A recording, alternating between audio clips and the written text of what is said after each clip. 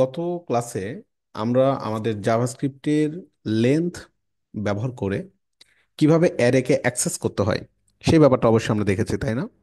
আচ্ছা, আজকের ক্লাসে জাভাস্ক্রিপ্টের অ্যারের সবচেয়ে গুরুত্বপূর্ণ একটা বিষয় যেটা নিয়ে আমরা আলোচনা করব, যেটাকে আমরা বলে থাকি ইটারেশন।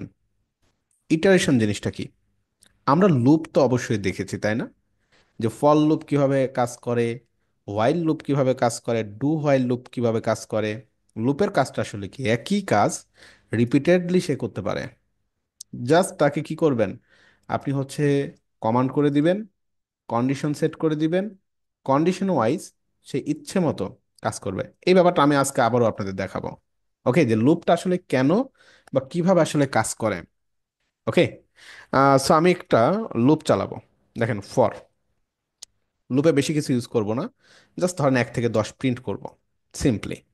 তো আমরা প্রথমত কি করব, আহ, একটা ভেরিয়েবল ডিক্লেয়ার করব আই। এটাকে কি বলা হচ্ছে বলেন তো? I equal 0। দেন একটা কন্ডিশন অ্যাপ্লাই করে দিব। সো 10 পর্যন্ত প্রিন্ট করতে যাচ্ছি, তাই না? সো কি দিতে হবে? ইকুয়াল দিতে হবে 10। এটাকে কি বলা হচ্ছে? আর একটা কি রয়েছে? আই প্লাস প্লাস, নাকি? আচ্ছা, এটা আমি যদি আগে দেখেছি, আবার বলি। এটাকে ইনিশিয়ালাইজেশন বলা হয়, মানে এখান থেকে প্রোগ্রামটা বা লুপটা শুরু হবে, ইনিশিয়াল করবে। এটা কি কন্ডিশন, যে এই লুপটা কতক্ষণ চলবে, তাই না? লুপটা কতক্ষণ চলবে? লুপটা চলবে আয়ের মান যতক্ষণ পর্যন্ত 10-এর চাইতে ছোট, ততক্ষণ পর্যন্ত। তারপরে কি হবে? আই প্লাস প্লাস মানে এক এক করে বাড়বে। এটাই তো লুপের কাজ, রাইট? সো কনসোল ডট লগে যদি আমি আই প্রিন্ট করি, ঘটনা কি ঘটবে আমি একটু দেখে আসি। নোট স্ক্রিপ্ট ডট জেস 0 থেকে সে 10 পর্যন্ত আপনাকে প্রিন্ট করে দিচ্ছে, নাকি? হ্যাঁ, একজাক্টলি এই জিনিসটা ব্যবহার করে আমরা অ্যারের বিভিন্ন রকমের যে এলিমেন্টসগুলো রয়েছে সেগুলোকেও কিন্তু কি করতে পারি, পরপরভাবে শো করতে পারি। খুবই মজার, তাই না?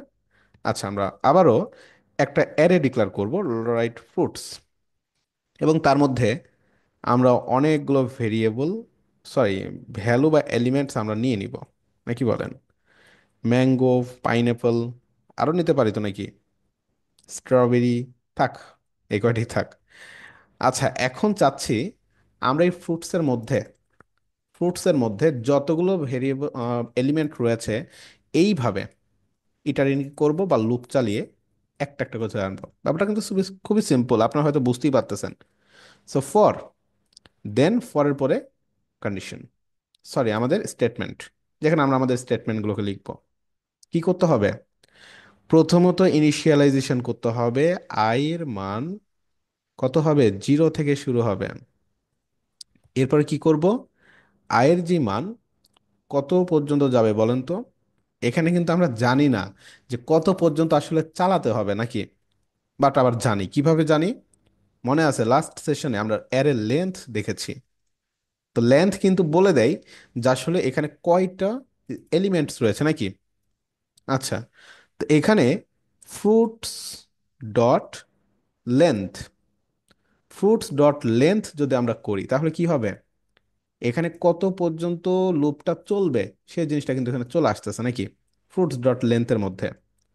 ফাইনালি এই জিনিসটাকে আমরা ইনক্রিমেন্ট বা ডিক্রিমেন্ট করে দিব আই প্লাস প্লাস, অবশ্যই ইনক্রিমেন্ট করব। তো দেখেন এখানে আয়ের মান 0 থেকে শুরু হবে এবং শেষ হবে কোথায় গিয়ে? লেন্থ পর্যন্ত। আপনি চাইলে এখানে 1ও দিতে পারতেন, তাই না? বাট আমরা 0ই দিব। কেন দিব একটু পরেই বলছি, দেখেন। কারণ ফ্রুটসের লেন্থ থেকে এক কিন্তু মাইনাস করিনি।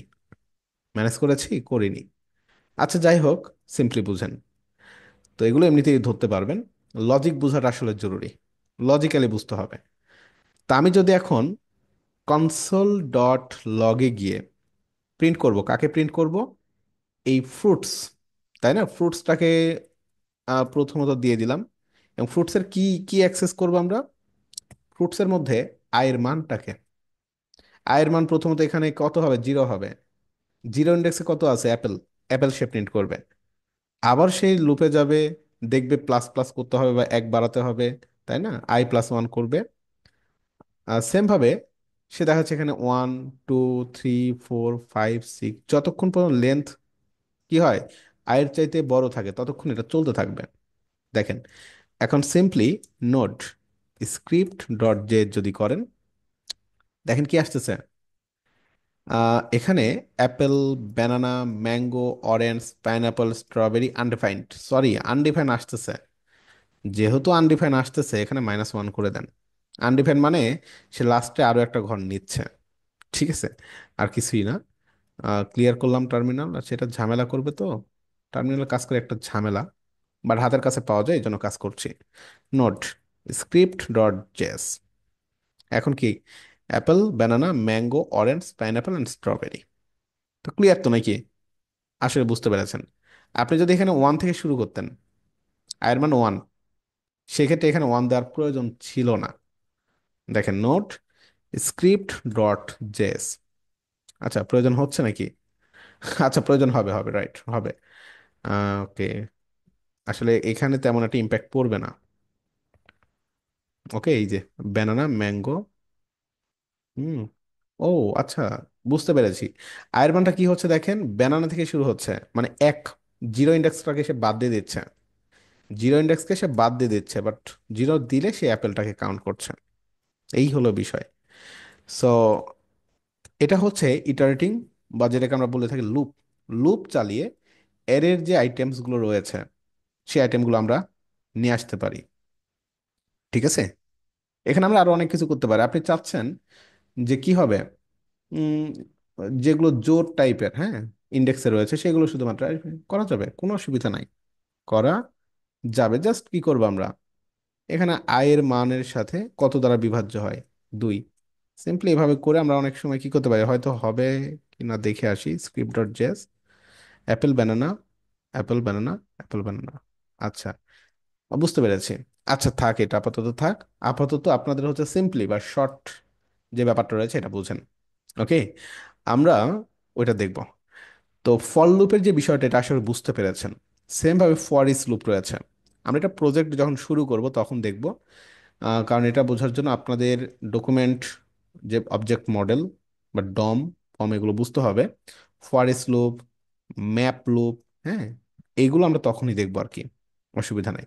ফর ইচ লুপ কিভাবে কাজ করে, যদি সিম্পল, দেখলে দেখতেই পারেন, বাট পরে দেখাই বেশি ভালো হবে, আপনাদের বুঝতে সুবিধা হবে। ম্যাপ লুপ আছে, কিভাবে ম্যাপ লুপ কাজ করে, খুব পপুলার।